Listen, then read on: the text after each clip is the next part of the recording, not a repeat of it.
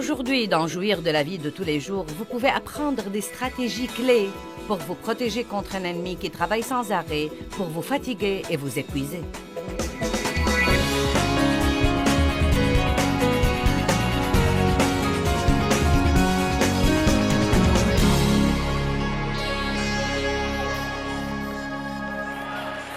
Satan est contre tout ce qui est pour la justice, la paix, la joie, l'amour, la générosité, la compassion, la bonté. Il s'oppose avec véhémence à nos progrès dans tous ces domaines et à toutes sortes d'avancements spirituels que nous réalisons et à nos progrès. L'ennemi a dissuadé je ne sais combien de personnes de venir à cette réunion, bien qu'elles eussent l'intention de venir. Et que je vous dise, soyez assez sages pour faire attention au sujet ce week-end. Et pour prendre la décision maintenant, diable, j'irai à chacune de ces réunions si je dois marcher, si je dois prendre un taxi, si je dois ramper. Je me fiche pas mal si tous mes amis décommandent et ne viennent pas, moi j'y vais. Car si vous pensez qu'il vous sortira le tapis rouge, croyez-moi, vous vous trompez. Ce matin, en essayant de mettre mon verre de contact dans mon œil droit, j'ai dû en fait l'enlever et le remettre 6 fois. Je lui ai dit, allez, épuise-toi, diable, fais ce que tu veux, car je m'attends à ce que tu m'exaspères ce week-end.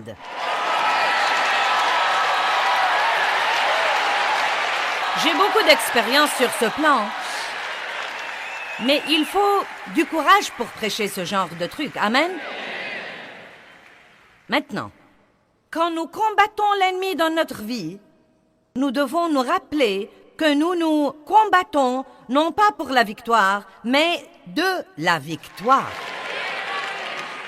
La lutte et la bataille seront complètement différentes si vous réalisez que vous ne remportez pas une quelconque victoire, mais que vous l'avez déjà remportée et que vous le faites savoir au diable. Bonté divine, je me sentais si déprimée et si blessée, et si brisé et si troublé. J'étais loin de savoir que celui qui est moi est plus grand que celui qui est dans le monde. Nous allons étudier certains de ces versets car je veux que vous les compreniez. Dans 1 Jean 4,4, nous citons ce verset tout le temps, mais c'est très bon de le revoir. Petits enfants, vous êtes de Dieu, vous lui appartenez. Et vous avez déjà vaincu et battu les agents de l'Antéchrist, parce que celui qui est en vous est plus grand et plus puissant que celui qui est dans le monde. Ouh! Vous avez déjà, vous, chacun d'entre vous, si Jésus est votre Sauveur et Seigneur, alors vous avez déjà complètement battu et vaincu les agents de l'Antéchrist parce qu'il est plus grand et plus puissant, non pas peut-être pourrait être un jour si je fais de gros efforts, celui qui est en vous est plus grand et plus puissant que celui qui est dans le monde.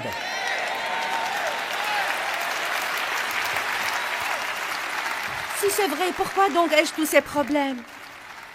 Ne me comprenez pas mal, je sais que nos problèmes peuvent être douloureux. Mais ne focalisez pas tellement sur vos problèmes. Voilà ce que vous devez faire. Votre problème est loin d'être aussi important que votre comportement pendant que vous l'affrontez. Quelqu'un m'entend dans cette salle? J'ai dit que votre problème est loin d'être aussi important que votre comportement pendant que vous l'affrontez. Parce que Dieu nous a donné la puissance de traverser les périodes difficiles tout en gardant notre piété. C'est pourquoi je dis aux gens, même quand vous avez des ennuis, continuez à donner, à bénir et à faire quelque chose pour quelqu'un d'autre. Vous savez pourquoi? L'amour est une guerre spirituelle. C'est le niveau le plus élevé de la guerre spirituelle.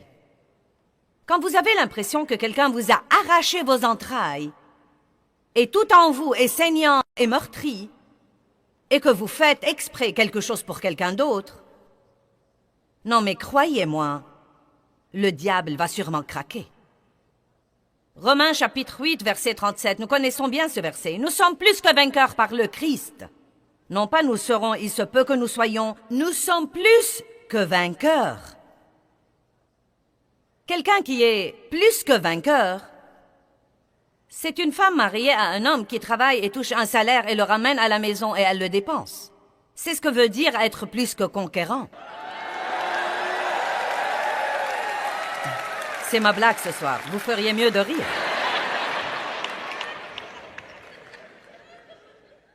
Colossiens 1:13. Le Père qui nous a attirés à lui et nous a délivrés, non pas il pourrait le faire ou il le fera un jour, le Père qui nous a attirés à lui et nous a délivrés et libérés du pouvoir des ténèbres et nous a transportés dans le royaume du Fils de son amour. Ouh! J'aime ça. Et puis Luc 10:19, c'est un merveilleux verset. Voici, cela veut dire regardez et voyez. Un grand point d'exclamation, cela veut dire qu'il a un peu haussé la voix là. Voici!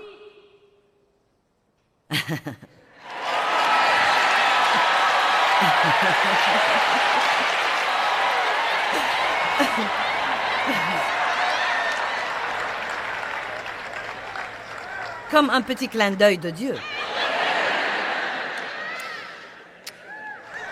Je vous ai donné l'autorité et le pouvoir. Non pas peut-être que je donnerai un jour si vous êtes assez bon. Je vous ai donné l'autorité et le pouvoir de marcher sur les serpents et les scorpions. Et je vous ai donné la force et la capacité physique et mentale sur toute la puissance que possède l'ennemi. Et rien ne pourra en aucune façon vous nuire. Allez!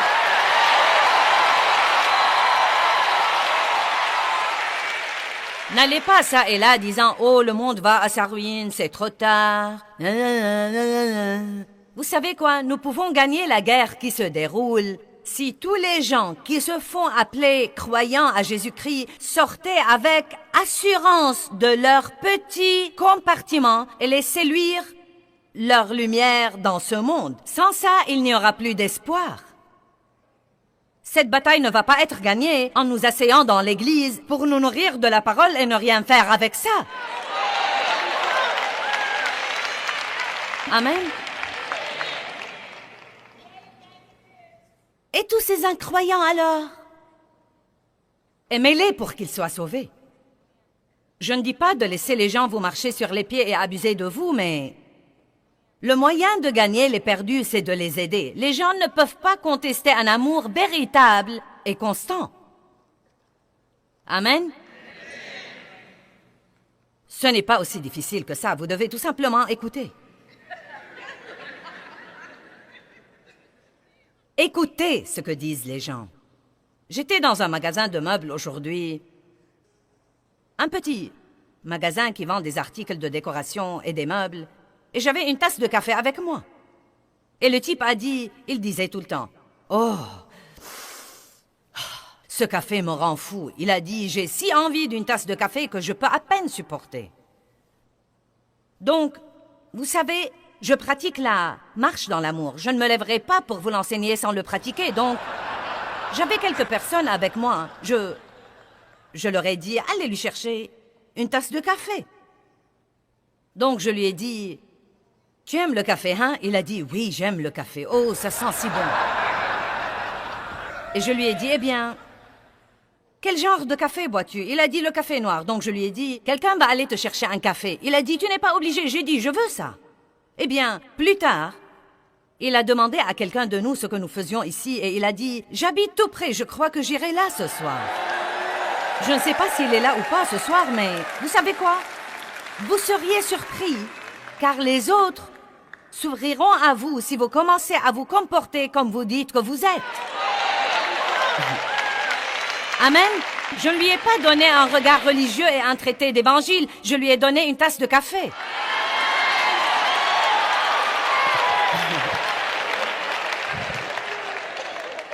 Amen.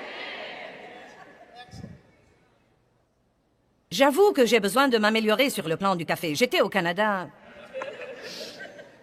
Je descendais la rue et il y avait là un homme handicapé qui mendiait.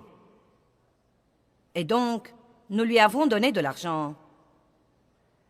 Et j'avais une tasse de café et j'avais une douceur de Starbucks et quand je l'ai, je n'en prends que 2 bouchées. Qu'est-ce que j'avais là? Un biscuit? N'est-ce pas que j'avais un biscuit? Oui. Et donc le type m'a dit... est-ce que peux-tu me chercher une tasse de café de l'autre côté de la rue? Et nous étions presque en retard pour le lieu où l'on devait nous rendre. Et je lui ai dit, j'aimerais bien, malheureusement, nous devons partir immédiatement. Mais j'ai dit, tiens, ça te plairait d'avoir ce biscuit? Je lui ai donc donné mon biscuit et il en était ravi. Et j'ai fait 5 ou 6 pas, puis le Seigneur m'a fait comprendre pourquoi ne lui ai-je pas donné mon café. Eh bien, parce que mon café...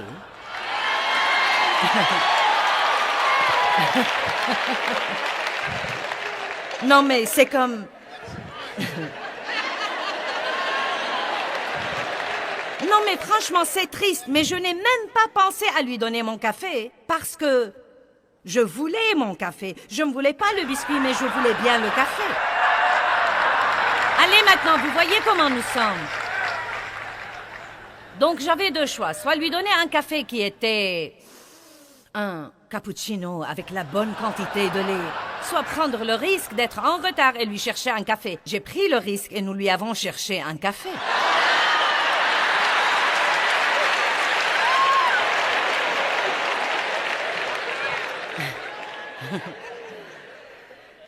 Non, mais vous savez, nous sommes tous comme ça. Nous sommes comme ça. Nous donnons tant que ça ne nous fait pas du mal. On va passer outre. Je vois que vous n'avez pas besoin de ça. Notre protection de Satan vient de là. C'est la parole de Dieu. Nous devons la connaître. Nous devons l'aimer. Nous devons l'obéir et l'utiliser contre le diable quand il nous attaque. Le meilleur exemple que nous avons dans la Bible est dans Luc 4. Si vous n'apprenez pas à prononcer la parole de Dieu à haute voix, faisons ainsi la guerre à Satan. Vous ne serez jamais gagnant dans la vie. Luc chapitre 4. Jésus fut mené par le Saint-Esprit dans le désert pour être tenté par le diable 40 jours et 40 nuits.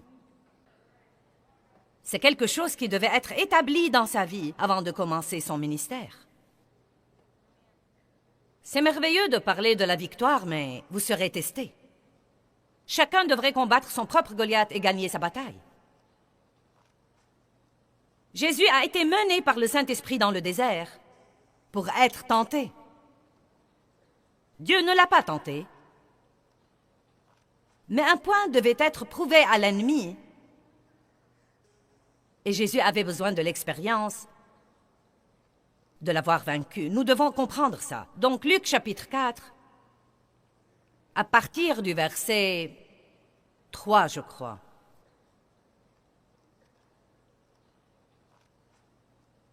Puis le diable lui dit, le diable parle.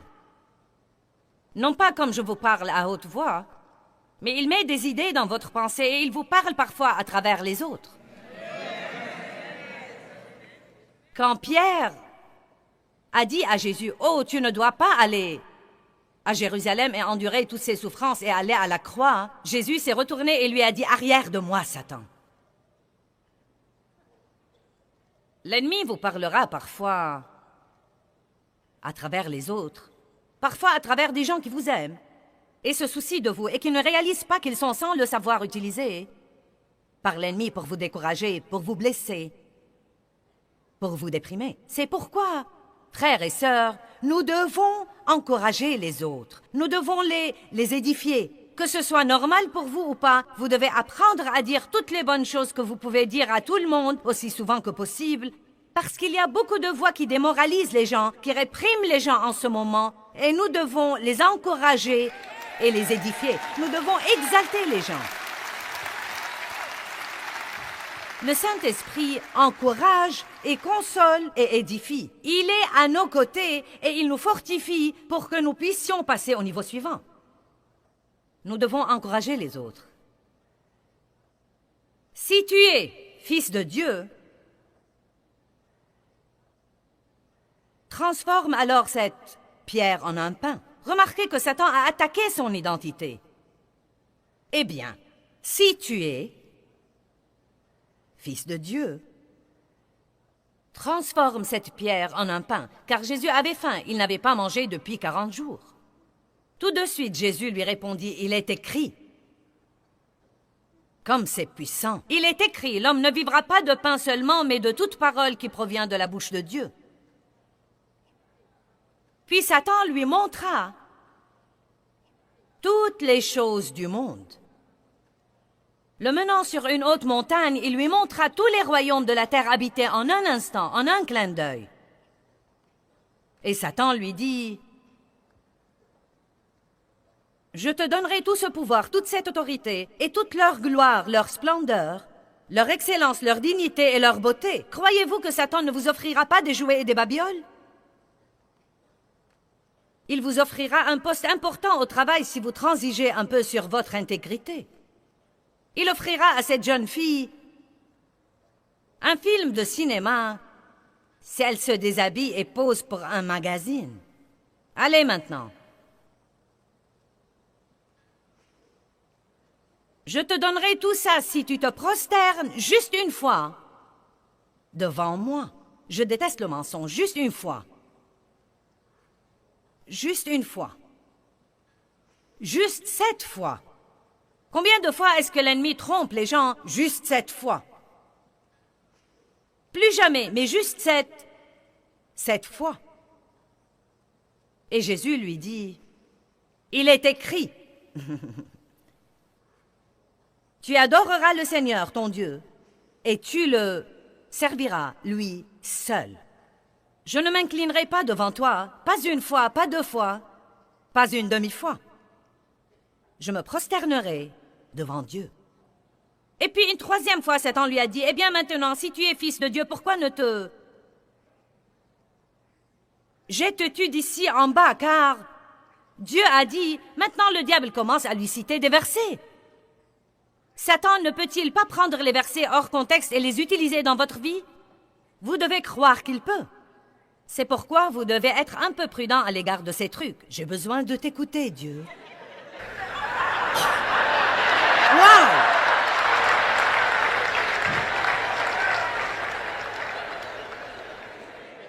Ça marche pour les bébés chrétiens, mais nous devons grandir au-delà de ça.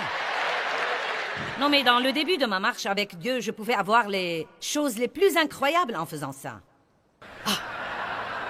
Wow! Et j'allais à Dave, j'ai demandé ceci à Dieu et regarde ce qu'il m'a donné. Et Dave disait, c'est difficile de l'impressionner. Wow! Mais ceci n'a duré que 2 ou 3 mois. Dieu établissait une relation avec moi. Et puis c'était comme, j'ai besoin de t'écouter, Dieu. Malheur à toi, mauvais pécheur. Et je disais, essayons encore une fois. Nous continuions à feuilleter jusqu'à ce que nous tombions sur un verset qui nous plaît. Allez!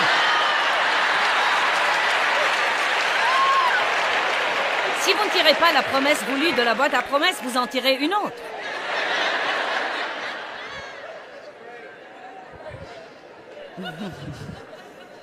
Soyez bien informés pour que, lorsque Satan les cite inexactement dans une situation qui n'a rien à voir là-dedans, vous le preniez sur le fait.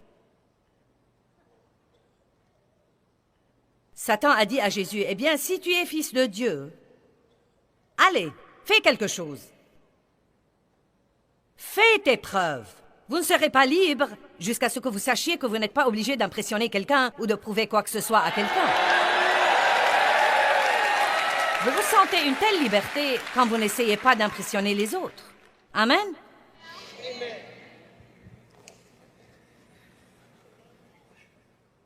Jésus a dit, il est écrit, tu ne tenteras point le Seigneur, ton Dieu.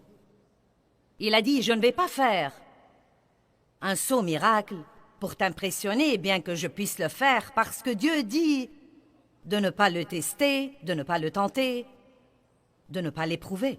Maintenant, en étudiant un peu plus Luc chapitre 4, j'ai trouvé une chose très intéressante. Verset 13. Comprenez ça, car c'est très important.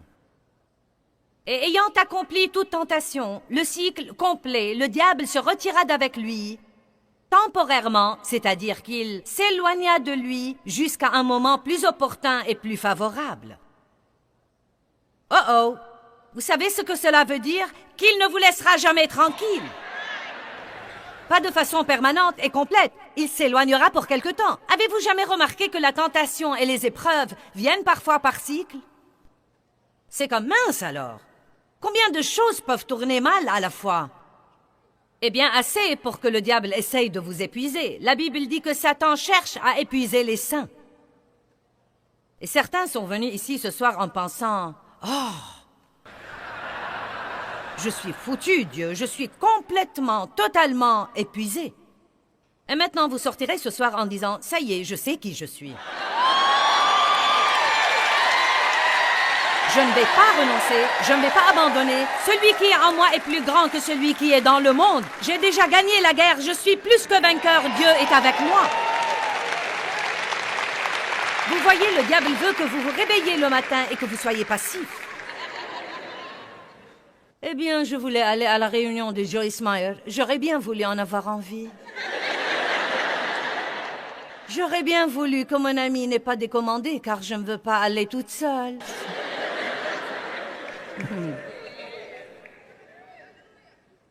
J'aurais voulu avoir un peu de victoire.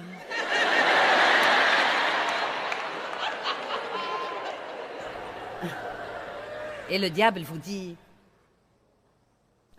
vous êtes des paresseux, des passifs, des tièdes. Nous n'avons pas besoin de souhait, mais de volonté. Nous devons nous lever et savoir qui nous sommes en Christ. Amen.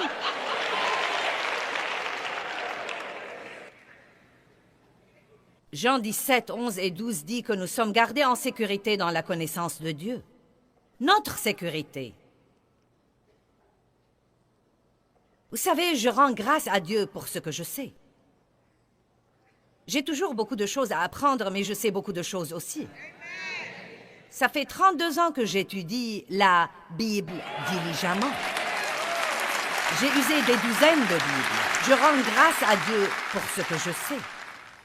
Car plus vous savez, pas seulement la connaissance mentale, pas de foutaise psychologique comme quoi vous êtes fier de ce que vous savez, alors que rien de ça ne marche vraiment dans votre vie. Mais laissez-moi vous dire quelque chose. Quand vous savez vraiment ceci et que vous le mettez en pratique dans votre vie, vous êtes un danger pour le royaume des ténèbres. Et quand vous vous levez le matin, l'enfer tremble. Au lieu d'avoir peur vous-même, c'est le diable qui aura peur. La parole de Dieu est l'épée de l'esprit et nous devons apprendre à utiliser la parole de Dieu. Prononcez la parole de Dieu à haute voix. J'ai un petit livre que nous avons sur notre table de ressources, le livre violet. Il est intitulé « La puissance secrète de prononcer la parole de Dieu à haute voix ». Vous devez comprendre que les anges prêtent l'oreille à la parole de Dieu. Ils ne prêtent pas l'oreille aux plaintes et aux murmures et aux ronchonnements et aux commérages et à l'amertume et au jugement et aux critiques. Mais quand vous commencez à dire « il est écrit » et que vous prononcez la parole, les anges vont travailler en votre faveur. Satan est un trompeur. La pensée est le champ de bataille. Satan vient contre votre pensée. Les armes de notre guerre ne sont pas charnelles, mais elles sont puissantes par Dieu pour renverser des forteresses. Nous renversons des raisonnements et des théories et des imaginations. Il parle du royaume de la pensée. Romains 12, 2. Ne vous conformez pas au siècle présent, mais soyez transformés par le renouvellement complet de votre pensée. Nous supportons beaucoup de fois des trucs que nous ne sommes pas obligés de supporter parce que nous ne nous rendons pas compte que Dieu nous a donné le pouvoir et l'autorité. Luc chapitre 10, 19 dit « Voici, je vous ai donné l'autorité et le pouvoir de marcher sur les serpents et les scorpions et la force et la capacité physique et mentale, sur toute la puissance de l'ennemi, et rien ne pourra en aucune façon vous nuire. » Quand nous prenons au sérieux la question de faire les choses à la façon de Dieu, il nous répond par des exaucements. Quand nous devenons proactifs contre les plans de notre ennemi, l'ennemi recule vite.